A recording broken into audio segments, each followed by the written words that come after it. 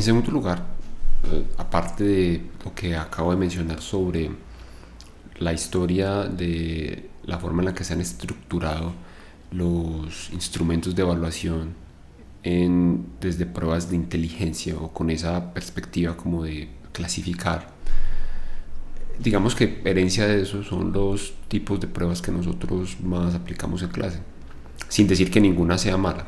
Lo malo tal vez es no articularlas o no reflexionar sobre lo que están haciendo y quedarse únicamente en el resultado cuantitativo que estas pruebas nos permiten alcanzar. Esas son las pruebas de selección y las pruebas de respuesta abierta, que son en principio instrumentos para yo conocer qué es lo que tanto ha aprendido el estudiante. ¿Cuáles son las pruebas de selección? Las de selección múltiple con única respuesta o con múltiple respuesta. Entonces aquí está la imagen, alguien está marcando de alguna de las opciones de respuesta. Y las pruebas de respuesta abierta pues serán el resto, cuando tienen respuestas tipo ensayo, cuando hay que escribir, cuando hay que hacer un portafolio, cuando hay que mostrar algún tipo de evidencia que no sea algo de seleccionar. Entonces voy a hablar un poco de estos dos tipos de pruebas y cómo es que se interpretan los resultados de estas pruebas. Empecemos por las pruebas de selección.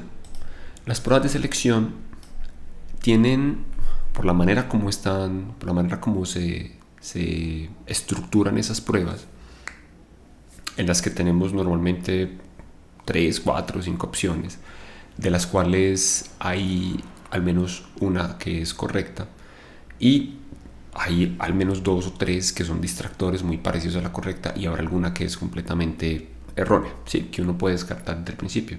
Precisamente esa forma como se construyen estas pruebas es la razón por la que cuando como estudiante nos acercamos a resolverlas, pues digamos que ya sabemos cuál es la lógica, cómo funciona ese tipo de examen.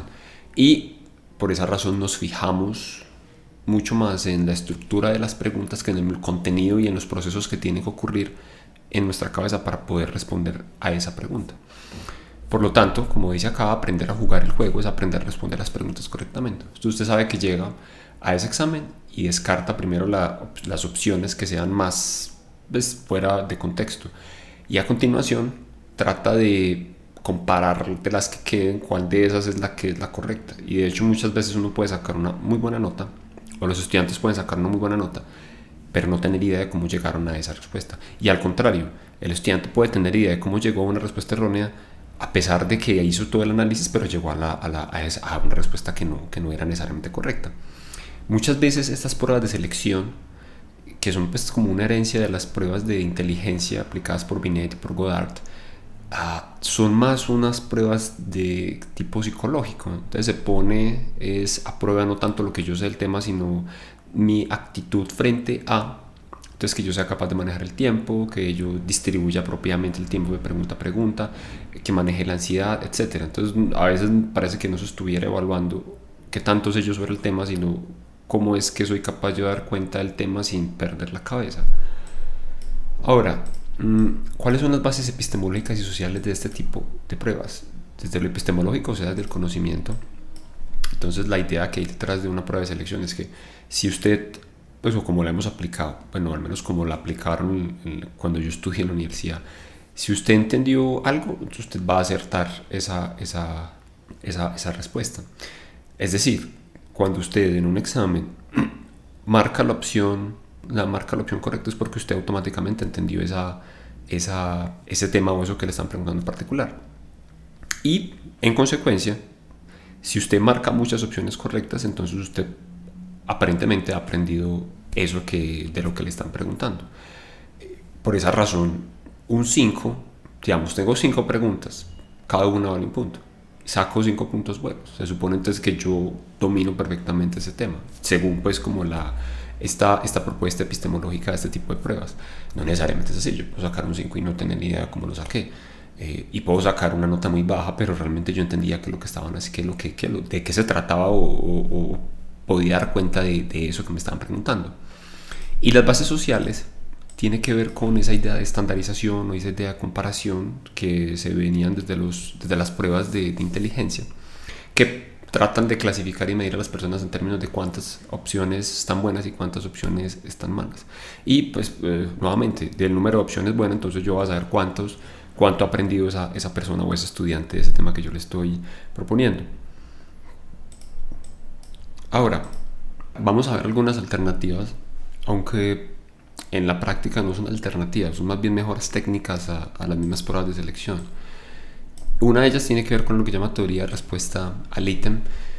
Consiste en que en lugar de yo proporcionarle a los estudiantes un solo examen con un grado de dificultad pues que trate de abarcarlos a todos, voy a hacer un examen que tiene preguntas con distintos grados de dificultad. Entonces discrimina las preguntas por grado de dificultad y las mezcla en una misma prueba.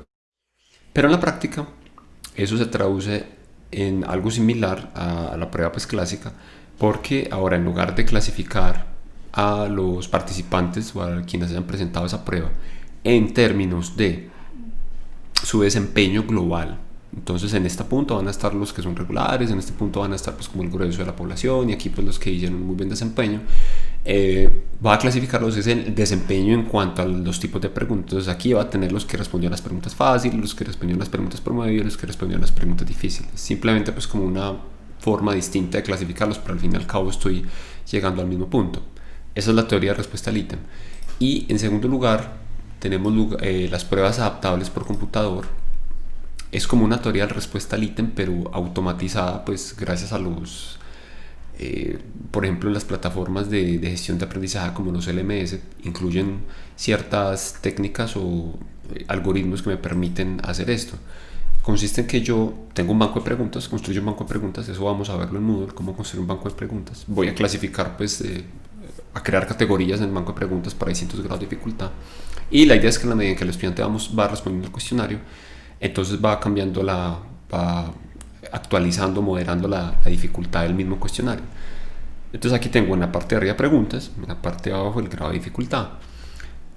Para la pregunta 1, por ejemplo, tiene un grado de dificultad 2, por decir cualquier cosa, el estudiante la sacó mala. Entonces la plataforma le va a mostrar a continuación una opción de otra pregunta que va a tener grado de dificultad 2. Sacó buena esta, entonces hace un salto. Ya me voy para una pregunta de un grado de dificultad superior. La saqué mala, bueno, sigo en el mismo grado de dificultad. Y a la pregunta 5, como saqué buena la 4, entonces me va a mostrar una pregunta mucho más difícil, ¿sí? Digamos, la ventaja es que ya copes con los sistemas de aprendizaje, de gestión de aprendizaje como Moodle, por ejemplo, cuando uno diseña un examen de esta manera, apenas el estudiante termina de responder el cuestionario, pues ahí mismo le aparece la nota por un lado. Segundo, es más difícil hacer trampa porque requiere, como el cuestionario constantemente se está actualizando, entonces es muy difícil que haya dos exámenes que sean similares, ¿sí? Ahora, eso en cuanto a las pruebas de selección. Ahora veamos cuáles son las pruebas de respuesta abierta. Entonces tenemos que funcionan, pues entre las pruebas de respuesta abierta están las preguntas tipo ensayo, que uno tenga que hacer un ensayo, que uno tenga que hacer un portafolio, que uno haga una evidencia en video, con imágenes, etc. Y la manera como uno conceptualiza lo que ha avanzado el estudiante sobre esto es a través de una rúbrica. Esa rúbrica contiene lo que uno espera que el estudiante haga en esa actividad, y hay dos criterios que me permiten decidir o me dan como una idea de cómo se está aplicando esa rúbrica. El primero es la validez, es decir, que lo que yo digo que voy a medir, pues lo voy a medir. Por ejemplo, para una de las actividades del parcial, yo les propongo que hagan un video, entonces les digo que tiene que ser un video de 3 minutos y sobre unos temas en particulares. Entonces, a la hora de yo aplicar la rúbrica, pues debo ser consecuente con que voy a revisar que sí tengan esa duración de tiempo y que sí tengan esas actividades. Y el segundo es la confiabilidad, que me indica si realmente esa rúbrica que yo estoy aplicando si refleja la diferencia entre en resultados de distintos estudiantes. Es decir, que un estudiante que hizo un video que aparentemente pues, o proporcionó pues como una evidencia que es de muy buena calidad, pues la rúbrica le va a mostrar que su desempeño es mucho mejor de que alguien que no mostró una evidencia de tan buena calidad. Ahora, el problema de la rúbrica es que de todas maneras sigue siendo un poco objetiva. Piensen, por ejemplo, en las rúbricas que utilizan en los deportes olímpicos, como en natación, pues cuando hacen los clavados. ¿Cómo hace uno para decidir que el desempeño de ese clavadista mientras está haciendo el clavado y haciendo los giros, pues digamos de un número del 1 al 10, como dice uno que es 8.56 o 9.35, pues es muy difícil saber eso, ¿cierto? Entonces la rúbrica también es compleja en el sentido de que se vuelve muy subjetiva. Ahora, por esa razón entonces aparece esto de moderación, y entonces consiste en que, bueno, la rúbrica no solamente la aplico como profesor, sino que entonces la voy a dar a otro estudiante, entonces voy a hacer evaluación por pares, voy a hacer evaluación por grupos, o voy a hacer autoevaluación, ¿sí? No necesariamente tengo que depender pues de mi criterio para poder aplicarlo. Y de hecho es un buen punto de referencia, porque si la rúbrica está bien diseñada, los distintos criterios, y es clara, deben coincidir en un punto más o menos parecido. Estos son otros tipos de prueba entonces clásicos que siempre conocemos nosotros. Ahora, ¿cómo se interpretarían los resultados de estas pruebas? Hay un concepto que se llama triángulo de evaluación, que está constituido por tres aspectos. Cada uno de los vértices están puestos estas tres palabras, que es observación, interpretación y cognición. Y hay unas flechas azules que unen observación, interpretación y que unen cognición. ¿Listo? Entonces, la observación es lo que yo hago cuando aplico el instrumento de evaluación, aplico la prueba de selección, aplico la prueba de respuesta abierta, en la que trato de recolectar datos. Y en la etapa de interpretación, entonces voy a tratar de obtener información de esos datos, organizar esa información y obtener algo. Listo. Observación, haré un muestreo con la herramienta pues, de evaluación que yo considere. Y en la interpretación pues voy a tomar esos datos y voy a leerlos. Ahora, de la observación a la interpretación, pues digamos que el salto no es tan complicado, porque yo simplemente sistematizo eso que obtengo. Pero de la interpretación a la cognición sí es complicado, porque tengo que hacer una inferencia con los datos que recogí de qué es lo que está pasando por la cabeza del estudiante, de si eso que él está mostrando o que yo obtuve al medirlo con mi herramienta de observación realmente sí se traduce en eso que tiene el estudiante en la cabeza. Entonces es un salto muy complicado, y esa es la parte más, digamos, es el reto a la hora de uno acercarse a este tema de la evaluación. Clásicamente, con las pruebas de selección, por ejemplo, se le da mucha más importancia a lo que es la memoria. Entonces, aprender es sinónimo de memorizar. Yo aprendo cuando soy capaz de memorizar mucho y soy capaz de recordar mucho. Y soy capaz de aplicar correctamente ciertos procedimientos.